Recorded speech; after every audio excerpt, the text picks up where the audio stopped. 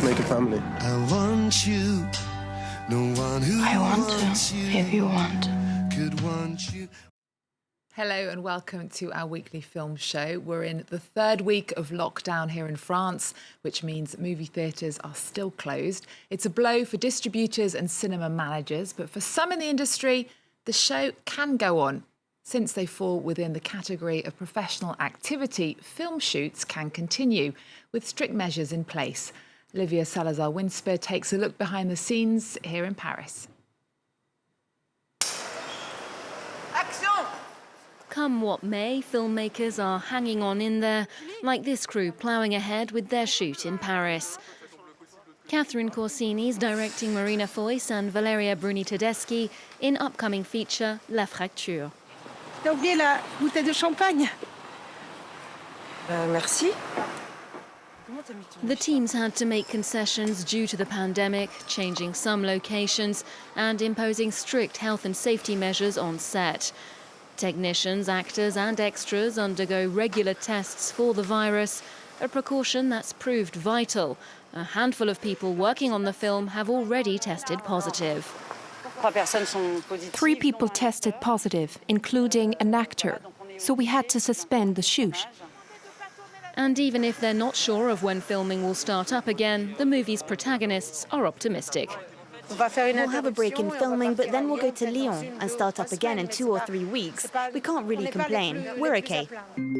This second national lockdown has brought gains at the box office to a sharp halt.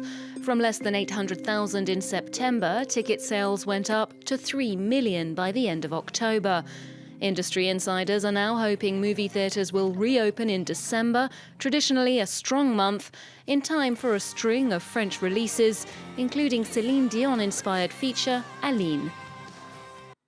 We're joined now by our film critic Lisa Nesselson. Hello, Lisa. So there is some good news then. Movies continue to be made. Well, there will be a 30 to 40% fewer shooting hours in Paris for 2020 compared to last year, since American productions are mostly absent. But French and German and other foreign shoots have been completed during lockdown or are underway. And the absolutely crucial component making that feasible is that the government stepped up with a state-backed indemnity fund to guarantee up to 1.3 million euros if a production has to shut down because of the virus. Regular insurance companies didn't want to go near that possibility. The average French film has a budget of 5 million euros, and France makes more than 300 features a year, not to mention TV series and commercials. So that's a lot of jobs. Cast and crew, as you just saw, are tested frequently. The cost of COVID-19 tests, plus developing and even express delivery from a lab if you're off on a remote location somewhere else in France, adds to production costs. But I'm confident that there will be new French films ready to watch next year.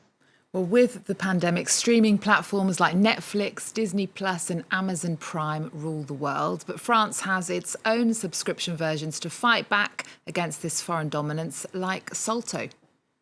Well, all of the big names you cited ask for money to view their offerings. Salto is tailored to French viewers, features plenty to watch, and will soon be producing their own exclusive movies and series. Keep in mind that no movie can be shown on French TV until 36 months after it was released in theaters. And in accordance with a European Union directive, starting January 1st, all platforms operating in France, no matter where their headquarters happen to be, will be required to invest some of their proceeds in French films and TV programs. And there's actually a new service in France that's called Mango, and it's a real bargain. Well, as of last week, France has this new internet-based TV service on Molotov.tv called Mango, which claims to have over 1,000 feature films and TV series to view free of charge. What's the catch? Well, you'll have to watch some advertising. That's the trade-off. I don't know how intrusive it'll be, but it is distracting if you're watching a post-apocalyptic drama where each survivor's lone outfit is in filthy tatters and then a commercial comes on for laundry detergent. Growing up in the U.S., I've never known television without commercials. French TV, until the introduction of privately owned channels, was paid for via license fees, like the BBC, but completely unlike the US, where the airwaves belong to the people, but the people have to endure ads. And until August of this year, advertising for other products and services was allowed, but commercials for movies were not permitted on French TV. Why was that? Well, it was a pragmatic and rather brilliant preemptive move by the authorities who figured if they allowed TV commercials for upcoming new movies, then Hollywood studios, which have a lot of money, would monopolize the available ad slots, and quite possibly French viewers would never hear about a French film ever again. So nobody could buy an ad slot to advertise a movie, French or foreign. Those were the rules on TV until 4 months ago.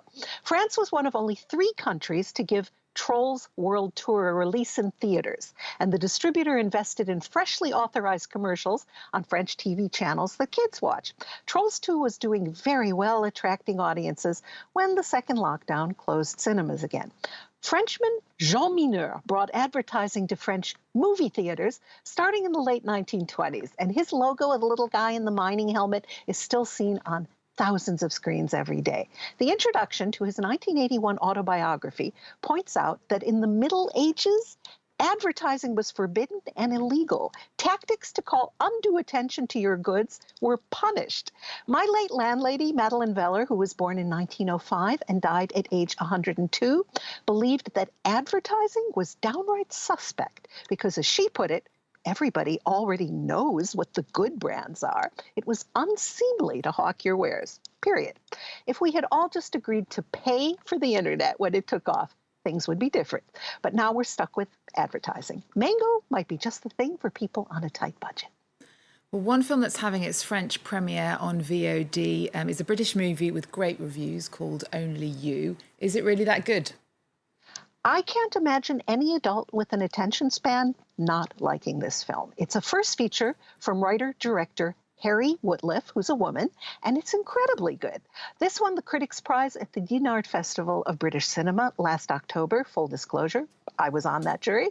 It's been over a year, and it has really stuck with me. When we watch a fictional film, if 2 characters fall in love, well, we know we're really watching actors acting.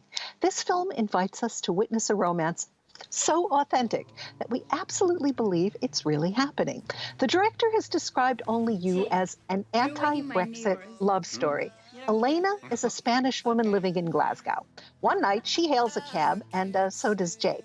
Their attraction is instant. They could just as easily never have met, but we're glad they did. So what's the obstacle to their living deliriously happily ever after? Well, he doesn't think there is one. She's everything he's ever wanted in a mate, but she thinks she knows better. He's 26 and she's 35, and she can't stop herself from brooding about how that age gap is going to play out with passing time, especially if they try to start a family. Well, it sounds intriguing. Let's take a look at Only You.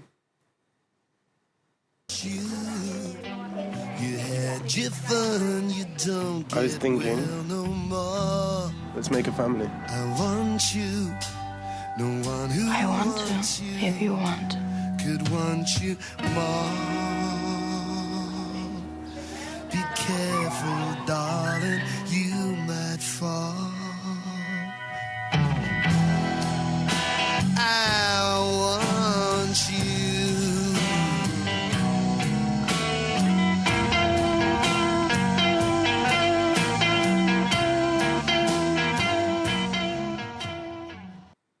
If COVID-19 isn't vanquished, we may have to make do with cinematic love scenes that were filmed before this year when actors could still get up close and personal.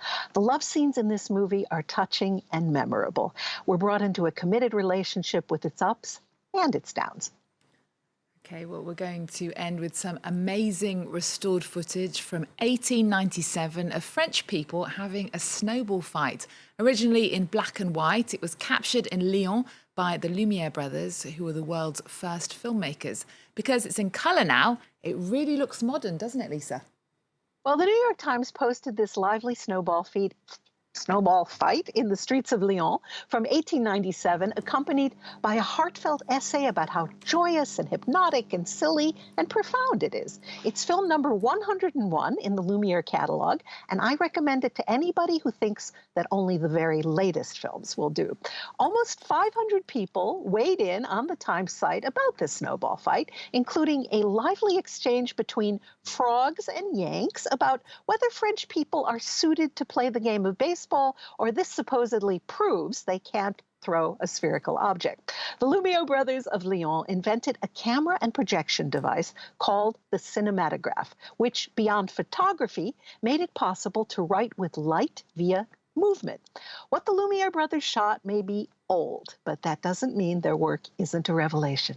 Okay, Lisa, thank you so much for joining us, and we're going to leave you with this incredible footage. Remember our website, we're also on Twitter, Facebook and Instagram. There's more news coming up on France 24 after this.